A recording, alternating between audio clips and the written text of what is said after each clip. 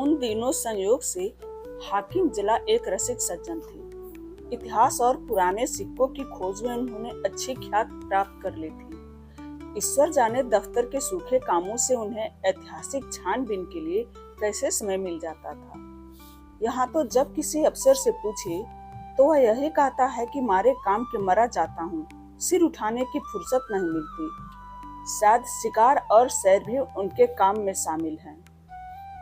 उस सज्जन की कृतियां मैंने देखी थी और मन में उनका आदर करता था, लेकिन उनकी अफसरी किसी प्रकार की घनिष्ठता में बाधक थी। मुझे संकोच था कि अगर मेरी ओर से पहल हुई तो लोग यही कहेंगे कि इसमें मेरा कोई स्वार्थ है, और मैं किसी दशा में भी यह इल्जाम अपने सिर पर नहीं लेना चाहता।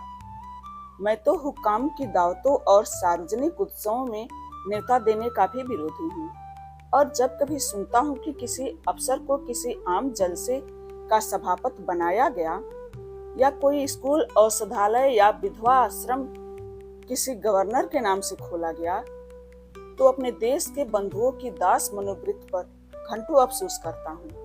मगर जब एक दिन हाकिम जिला ने खुद मेरे नाम एक रुपका भेजा कि मैं आपसे मिलना चाहता हूँ, क्या आप मेरे बंगले पर आने का कष्ट स्वीकार करेंगे, तो मैं बड़े दुविधा में पड़ गया। क्या जवाब दूं?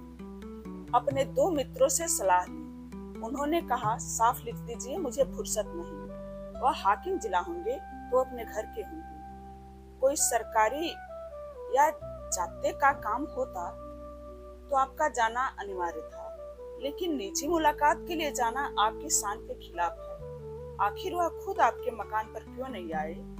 इससे क्या उनकी शान में बट्टा लग जाता था? इसीलिए खुद नहीं आए कि वह हाकिम जिला। इन अहमक हिंदुस्तानियों को कब यह समझ आएगी कि दफ्तर के बाहर वे भी वैसे ही साधारण मनुष्य हैं जैसे हम या आप। शायद ये लोग अपने घरवालियों से भी अफसरी जताते होंगे। अपना पद उन्हें कभी नहीं भूलता। एक मित्र ने, जो लतीफों के चलते फिरते तिजोरी हैं, हिंदुस्तानी अफसरों के विषय में कई बड़ी मनोरंजक घटनाएं सुनाई। एक अफसर साहब ससुराल गए। शायद स्त्री को विदा कराना था। जैसा आम रिवाज है, ससुर जी ने पहले ही वादे पर लड़की को विदा कराना उचित न समझा। कहने लगे, बेटा इतने दिनों के बाद आई है, अब ये कैसे विदा कर दूं? भला 6 महीने तो रहने दो। उधर धर्म पत्नी ने भी नाइन से संदेश कहलवा भेजा, अभी मैं नहीं जाना चाहती। आखिर माता पिता से भी तो मेरा कोई नाता है। कोई तुम्हारे हाथ भी थोड़े ही गई हूँ। दामाद साहब अफसर थे, जामे से बाहर हो गए। तुरंत घोड़े पर बैठे और सदर की राह ली। दूसरे ही दिन ससुर जी पर सम्मन जारी कर दिया। बेचारा बूढ़ा आदमी तुरंत लड़की को साथ लेकर दामाद की सेवा में आ पहुंचा। तब जाके उनकी जान बची। ये लोग ऐसे मिथ्याभिमानी होते हैं। और फिर तुम्हें हाकिम जिला से लेना ही क्या है? अगर तुम कोई विद्रोहात्मक गल्प या लेख लिखोगी तो फौरन गिरफ्तार कर ले जाओगी। हाकिम जिला जरा भी मुरव्वत न करेंगे। कह देंगे, यह गवर्नमेंट का हुक्म है, मैं क्या करूं? अपने लड़के के लिए कानून गोई या नायब तहसीलदारों की लालसा तुम्हें है नहीं, व्यर्थ क्यों दौड़े जाओगे? लेकिन मुझे मित्रों की यह सलाह पसंद नहीं आई। एक भला आदमी जब निमंत्रण देता है तो केवल इसीलिए अस्वीकार कर देना कि हाकिम जिला ने भेजा है, मुठमर्दी है। बेशक हाकिम साहब मेरे घर आ जाते तो उनकी शान कम न होती। उदार हृदय वाला आदमी बेतकल्लुफ चला आता। लेकिन भाई, जिले की अफसरी बड़ी चीज है, और एक उपन्यास की हस्ती ही क्या है। इंग्लैंड या अमेरिका में गल्प लेखकों और उपन्यासकारों की मेज पर निमंत्रित होने में प्रधानमंत्री भी अपना गौरव समझेगा।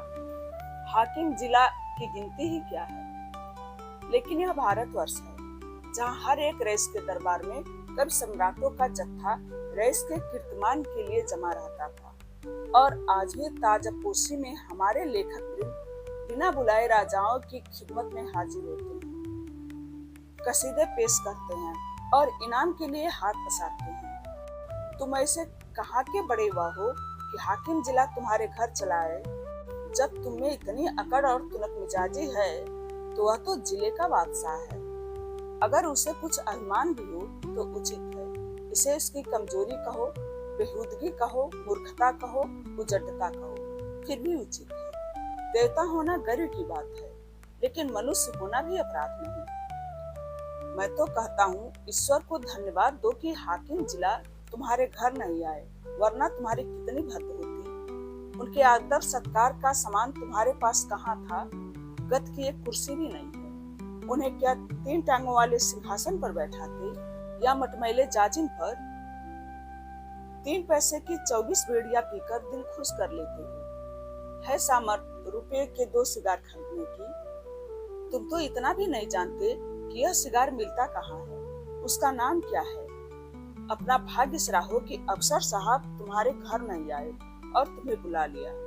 4-5 रुपए बिगड़ भी जाते और लज्जित भी होना पड़ता। और कहीं तुम्हारे परम दुर्भाग्य और पापों के दंड स्वरूप उनकी धर्मपत्नी भी उनके साथ होती, तब तो तुम्हें धरती में समा जाने के सिवा और कोई ठिकाना न था। तुम या तुम्हारी धर्मपत्नी उस महिला का सत्कार कर सकती थी? तुम्हारी तो घिघी बच जाती साहब, बदहवास हो जाती। वह तुम्हारे दीवान खाने तक ही न रहती, जिसे तुमने गरीबा मऊ ढंग से सजा रखा है। वहाँ तुम्हारी गरीबी अवश्य है, पर फुहड़पन नहीं। अंदर तो पग पग पर फुहड़पन के दृश्य नजर आते। तुम अपने में फटे पुराने पहनकर और अपने विपन्नता में मगन रहकर जिंदगी बसर कर सकती हो, लेकिन कोई भी आत्माभिमानी आदमी यह पसंद नहीं कर सकता कि उसकी दुरावस्था दूसरों के लिए विनोद की वस्तु बने। इन लेडीज साहिबा के सामने तो तुम्हारी जुबान बंद हो जाती है। चुनांचे मैंने हाकिम जिला का निमंत्रण स्वीकार कर दिया, और यद्यपि उनके स्वभाव में कुछ अनावश्यक अफसरी शान थी, लेकिन उनके स्नेह और उदारता ने उसे यथासाध्य प्रकट न होने दिया। कम से कम उन्होंने मुझे शिकायत का कोई मौका न दिया। अफसराना प्रकृति को तब्दील करना उनकी शक्ति से बाहर था। मुझे इस प्रसंग को कोई महत्व देने की कोई बात भी न थी। महत्व न दिया। उन्होंने मुझे बुलाया, मैं चला गया, कुछ गपशप किया और लौट आया। किसी से इसका जिक्र करने की जरूरत थी क्या? मानो भाजी खरीदने बाजार चला गया था। लेकिन टोहियों ने जाने कैसे टोह लगा लिया। विशेष समुदायों में यह चर्चा होने लगी कि हाकिम जिला से मेरी बड़ी गहरी मैत्री है और वह मेरा बड़ा सम्मान करती है। अतिशयोक्ति ने मेरा सम्मान और भी बढ़ा दिया। यहाँ तक मशहूर हुआ कि वह मुझसे सलाह लिए बगैर कोई फैसला या रिपोर्ट नहीं लिखती। कोई भी समझदार आदमी इस ख्यात से लाभ उठा सकता था।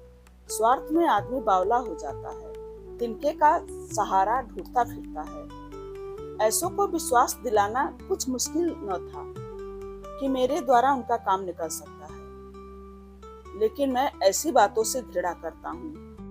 सैकड़ों व्यक्ति अपनी कथाएं लेकर मेरे पास आए।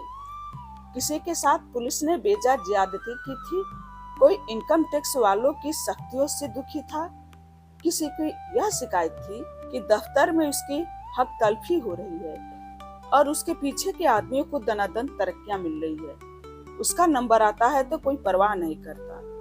इस तरह का कोई न कोई प्रसंग नित्य ही मेरे पास आने लगा, लेकिन मेरे पास उन सबके लिए एक ही जवाब था, मुझसे कोई मतलब नहीं। एक दिन मैं अपने कमरे में बैठा था कि मेरे बचपन की एक सहपाठी मित्रा टपकी। हम दोनों एक ही मकतब में पढ़ने जाया करते थे। कोई 45 साल की पुरानी बात है। मेरी उम्र 19 साल से अधिक न थी। वह भी लगभग इस उम्र के रहे होंगे, लेकिन मुझसे कहीं पहलवान और हृष्ट पुष्ट। मैं जहीन था, वह नीरे कोदन। मौलवी साहब उनसे हार गए थे और उन्हें सबक पढ़ाने का भार मुझ पर डाल दिया था। अपने से दुगुने व्यक्ति को पढ़ाना मैं अपने लिए गौरव की बात समझता था और खूब मन लगाकर पढ़ा था। फल यह हुआ कि मौलवी साहब की छड़ी जहाँ असफल रही, वहाँ मेरा प्रेम सफल हो गया। बलदेव चल निकला, खलिकबारी तक पहुँचा, मगर इस बीच में मौलवी साहब का स्वर्गवास हो गया और वह शाखा टूट गई। इस कहानी का शेष हिस्सा अगले वीडियो में। धन्यवाद।